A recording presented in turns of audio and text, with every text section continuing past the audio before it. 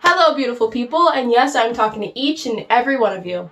If you are new, welcome to my channel. My name is Kendra. Make sure you turn on your bell notifications and subscribe and like this video because this is one of my first story times ever and I'm so excited. So make sure you get your snacks, your popcorn, some tea or whatever you want to be sipping on, and grab a seat and continue watching. This story time is going to bring back some memories, like traumatic memories, because it's when I drowned at a beach. And basically it was a place called Shirks and Shores. It's in Ontario. Make sure you comment below if you've ever been there or if you live in Ontario or if you have any experiences similar. But basically, I got caught in an undertow. Let's start from the beginning. Water at the beach wasn't even that deep. Like, it was just below my waist. Even if I kept walking out, I can't even tell you the amount of feet. But if I had to guess, we were at least like, I don't know, like 100 feet out, and it was still very shallow. So we're like, oh, okay, whatever. And when I say we, I mean it was my niece and also my sister-in-law's cousin. Everything was fine. We were having fun in the water, whatever. And then all of a sudden it started getting windy. So then that formed these huge, like ridiculous waves. And all I remember is first I kept pushing my niece under. So basically a wave got me, and every time I came back up, it's like there was some pressure pushing me back underneath the water. And so I kept pulling on her arm and like pushing her under and keeping her under, because I was like, I remember trying to climb her like a tree. And then at some point I switched from her to my sister-in-law's cousin. Now he is a man and he was like maybe in his like late 30s, maybe like early 40s. I don't even remember really what he looks like, to be honest. But I remember climbing up him and I think he had like very little hair, or he was bald, because I remember like just like attaching onto his head. And he was trying to shake me off because I was pushing him under.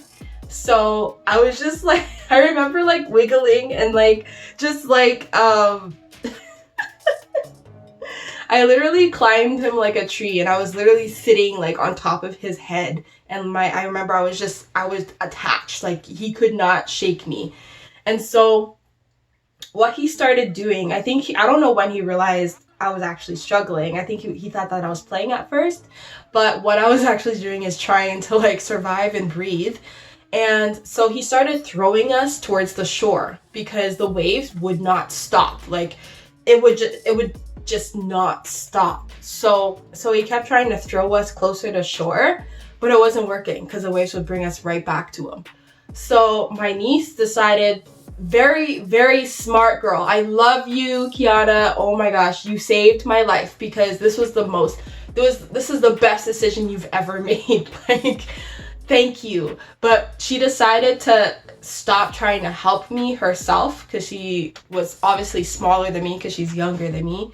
So she decided, well, I can't help her myself. So she went and tried to like wave down my sister-in-law, who was still like at the shore playing with my nephew. And at first, I guess my sister-in-law thought that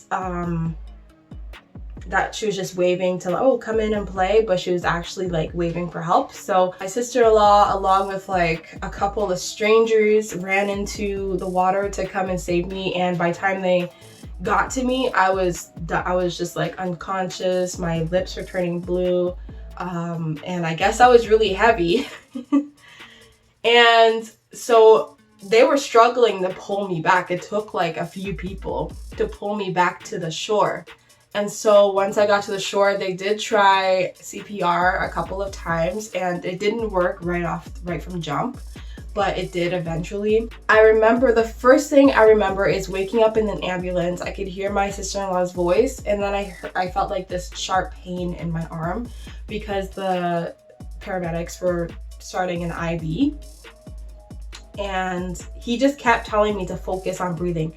He's like, Kendra, I want you to just focus on breathing. Just breathe. Just keep breathing. Just focus on your lungs. Focus on breathing. And I'm like, I remember telling him, one, I was really tired. I woke up really tired.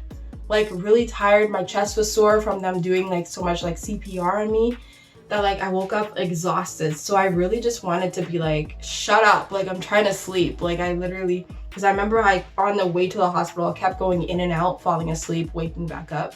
And I just remember being so tired. And we got to the hospital, and I remember staying in this one room. I think it was just like a trauma room. It wasn't like my room that I'd be staying in overnight. And I stayed in there forever. And I remember my brother came, and I was a little embarrassed because I was still in my bikini and I had salt all up in between all my areas.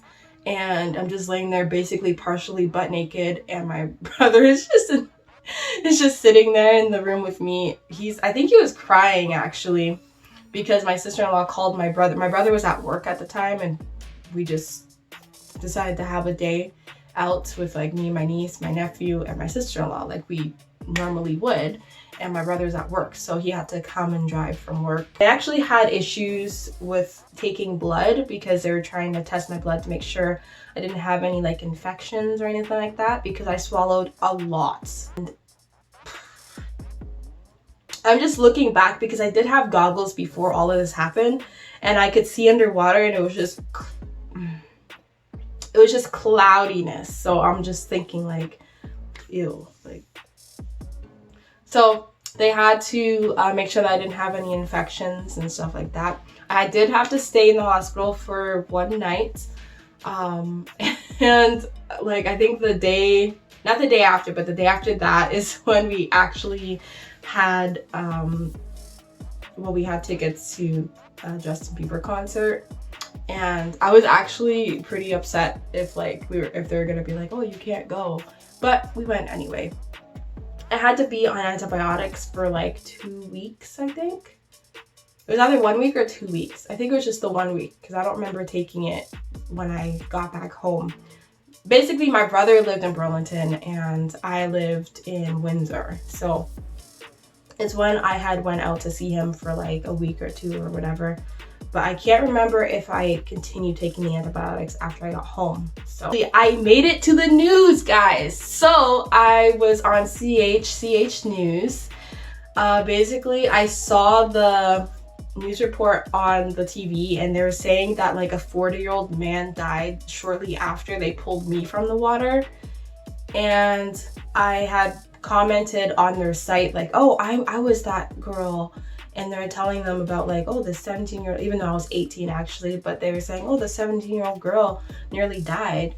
And I was like, hey, I was that girl, I'm totally okay. And then they emailed me back and they're like, hey, do you want to do like a sit down like interview or whatever? And I'm like, sure, like I've never been on TV before.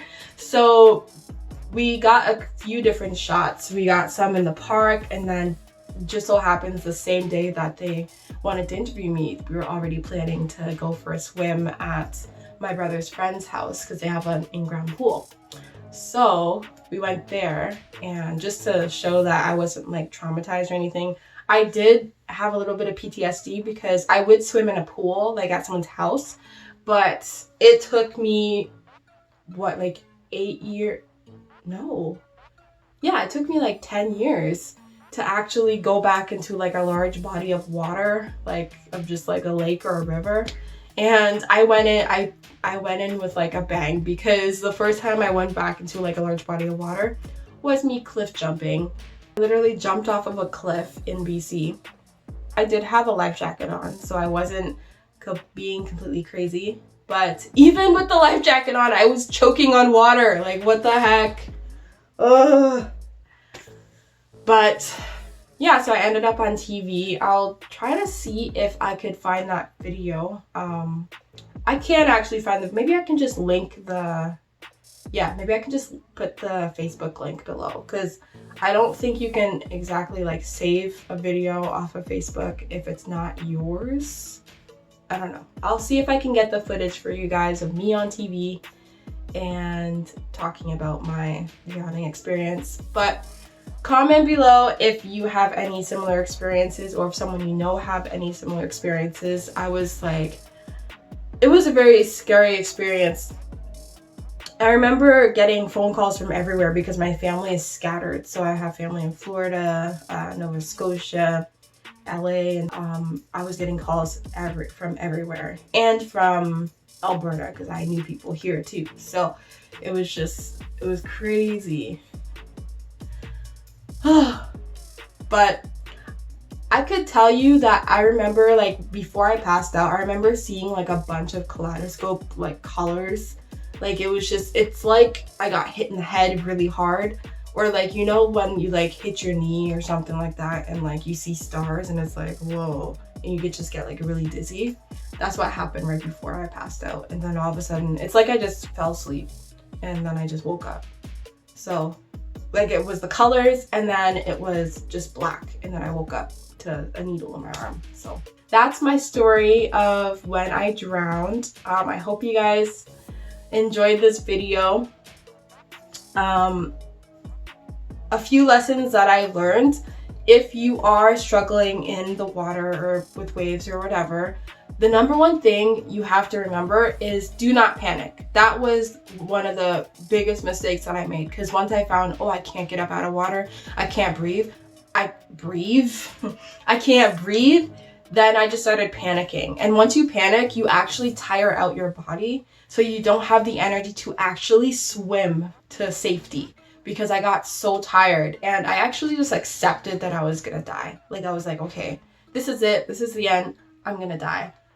That's it. And then I just stopped trying because I got so tired. So don't panic, because you're going to tire yourself out. Just stay calm.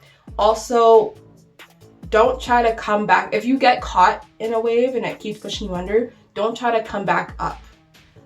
I know that's kind of hard because you want to breathe, but just try to swim under the wave. Like, just keep trying to swim under the wave.